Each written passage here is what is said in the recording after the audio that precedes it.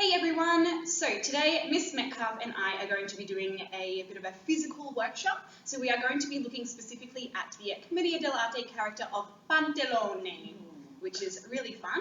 So Pantalone is one of the master characters within the category. So that's why we kind of looked at masters and servants last week. So we're going to focus on master characters this week. What we're going to be doing is walking you through a little bit of a workshop, and we're going to be physicalising that character, and then we're going to be, We're each going to do a different physicalisation of Pantalone. So the way we're going to work through it is we're going to read through the character notes about Pantalone, which you have access to, and we're just going to talk about how we might physicalise that character, and each of us might interpret it differently. So by the end of the workshop, although we are both acting as Pantalone, we may look and sound quite different. And that's the whole idea, is that it's all about character interpretation. You'll then be going and doing the same thing, and obviously, while some things might be similar, we do expect you to have your own interpretation of Pantalone. Pantalone. I don't know. Pantalone. All right. Pantalone is rich and miserable. So he holds the highest social status in the Commedia hierarchy. Obviously puts him in a master's status. He always has servants working for him.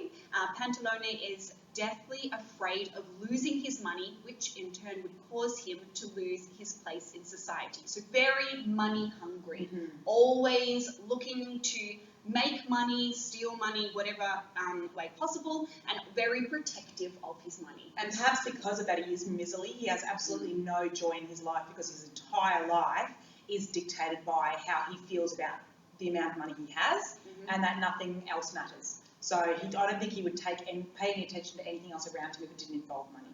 So his costume, he wears tight red trousers or stockings. Now, remember, we're not talking 2020, we're talking 1500s. Yes. But I suppose a modern interpretation would be a nice tight pair of jeans. I don't know. Chinos. It's a bit of a jegging, maybe a tight red jegging or stockings. A jacket, loose black cloak with long billowy sleeves. Now, those sort of elements and that detail would be important for how he's going to move and possibly how he could dominate a stage space. He's got big billowy sleeves and a cloak. A red skull cap, slippers, and most important of all, a money purse. The money purse is his absolute be-all and end-all hanging on his belt. So that is what other characters want from him, and that is what he wants to protect. So that's obviously going to be a really important part of his physicalisation as well. Yes, definitely. So his mask, so he is a masked character. He has a long, hooked nose. So it seems to kind of meet his chin. Like a beak. Yes, exactly. Like a beak. Kind of like a beak. Yes, exactly. So the mask is kind of squinty. Well, his eyes through the mask are quite squinty, so that kind of starts to convey his misery and the fact that he's always kind of miserable and looking out for that money. I imagine him. Like he'd be led with his nose a lot, I imagine. kind of like a magpie or something. Yeah. Just like looking for treasure. Shiny. So now we've got a bit of idea of the mask. I would think he'd lead with his nose a lot, if that's his. So that would be sort of what he would move with. I don't know how he's walking yet, but I would think he moves like that. But yeah, absolutely. So leading like that. He could also be kind of quite reserved in what he's looking for, as in like he sticks his nose out as he comes, and then he like retracts to make sure that no one knows what he's trying to be subtle about it. Yes. That's good. Oh, I like that. So you're going to do a bit of that. I'm going to lead, and you're going to do a bit of it. Right, so his movements, being an old man, he hunches over his money purse. Remember, that's what he wants to protect. He is an older man, so when I think of older man, I would think that in this day and age, if he is hunched, not this day and age, but that day and age, he would probably have a bit of a paunch. He's a bit paunchy, so I've worked on that just for this, guys, just for this. And his money purse is his big important thing, and he wants to protect it. I love that it says, or a daughter who might need money for a snack. He doesn't even want to give the money to his daughter for a snack. Not even a snack. And he shuffles across the stage.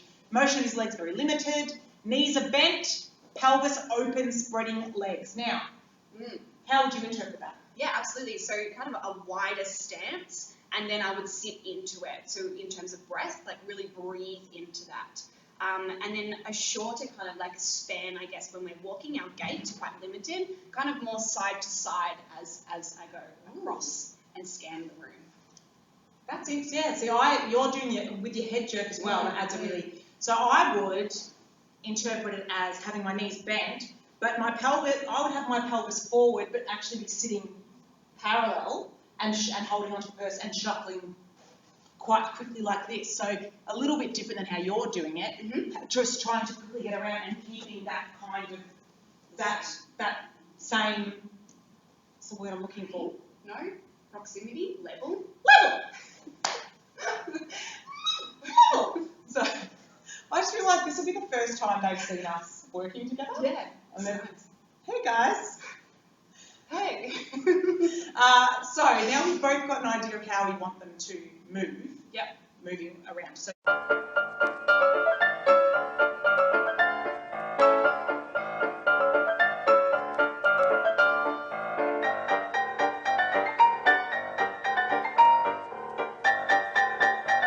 Upon hearing bad news, Pantalone falls flat on his back. Now remember, that's Lazzi. So that's your Commedia dell'Arte, your trick or your accident. It's your physical movement that's quite physicalised and dramatic and ridiculous. Okay? Very exaggerated. When hearing bad news, he falls flat on his back and curls up like a dying insect. Yes. Bit dramatic. No Bit hard for problem. an old dude too. Like I love that Yeah, he's all true. decrepit, but as soon as he hears bad news, down he goes. So how would you fall if you were going to hear bad news of Pantalone? What would you do? I feel like I would, obviously safely, we're talking about making sure that we're in a safe space when we do this, I would definitely like bend my knees and then go as far as I could, and then they would fling out and give way, I guess, if that makes sense. So essentially, if I'm here, I would go down and fling. And then curl up like a dying insect. Yeah. We're adults. I would, and obviously I'm in a dress, but it's not going to stop me. If I'm hearing bad news, I think I would take a second to like pause and, you know, as an actor, you really want to take your moment and soak that moment up and take as much of that attention as you can, if appropriate. But I would sort of pause and go, oh! And then I'd probably fall back. And my interpretation of flat, and I'm nervous about going back because I'm nearly 40, I would probably, similar to you, because it's safe, roll down, but then I reckon I'd go outstretched and then do a dying insect. So I might go, oh! Ah, great. Yes. So you have that contrast of being out So, flat and the bringing contrast of pause, down, boom. Yeah. So I don't know, this is what we're talking about. You can interpret it however you like. It's however you read it. But like a turtle, he cannot right himself without someone's help. So we should see a whole lot of like Pantalones just on their backs. Well, yeah. Send help. Send help. I like it. Gestures, although his body's old, his hands, feet and head are very expressive and quick. Which I think you were expressing really well when you were, I like the... Always moving, and his hands are gesticulating, moving around all the time. I imagine like a T-Rex. Yeah. Because he doesn't want to take his arms too far away from his couch. Exactly. He's So always I imagine looking like a... to protect everything. A bit like a Fagin from Oliver. I'm imagining like a... Yes. But not as charming. Also quite emphatic as well. So we're emphasising maybe words, or obviously like emphasising the fact that we want to protect whatever we have in our money belt. So it might be used to like distract or like to warn others to, on guard, stay back, it's mine. Yes. It's me. Yeah, that's good. I like that too. Very specific movement. Yeah. When it comes to the letters, he's a bit icky. But I think all the masters are. Yes. Because we're looking at the time in which this is set. If you notice, there's no female masters. Women were allowed to perform, but only as female roles, and even that in and of itself was quite limiting. Yes, absolutely. But quite liberating too, because women had not had a chance to really do that kind of thing. So the masters are known to be lewd and revolting towards women and think that they can buy something, buy someone. So they would be quite like, yes, I imagine. Yeah, definitely. And I think that goes with the really grotesque kind of physicality that we have as well. Yeah. and it matches. And a lot of innuendos. And even, I mean, Commedia dell'Arte is quite cheeky. There's a lot of innuendo in it. There's a lot of sexual innuendo in it. So things like, what a lovely pair you have, madam, of glasses. Like, really inappropriate innuendo, but relatively harmless, right? No Well, it's still touching or anything playful. like that. Yeah. Yeah. But I think the innuendo around, I think Right. the whole idea of his money pouch as well, representing not just what he can buy, but like that's his sort of what he wants to touch and hold all the time. Like that's where his interest is. Yeah. So I sort of find that his pouch is his, you know, Yeah. I definitely, that's exactly the response that I have, like that, ugh. I want to be physically repulsed by these kind of characters. I want to be sitting at home watching videos like, ugh. But it's meant to be funny. It's not meant to make you feel super uncomfortable. It's just meant to make you be like, oh, this guy. Overall, his plot function is set up to fail, set up to fall. He's made to look like an idiot. He's taken advantage of. His money's usually stolen from him, usually probably by the servants or like a beautiful servant like Columbina, where she can use her feminine wiles. And pretty much he never wins, I don't think. No, he always, He's the butt of a joke.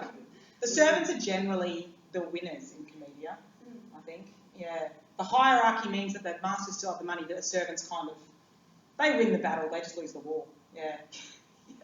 So, great. we've both got different interpretations of how we'd physicalise the character, so now we're going to go into the example where we actually take a scenario and each, as Pantalone, will show you how we would work for that scenario.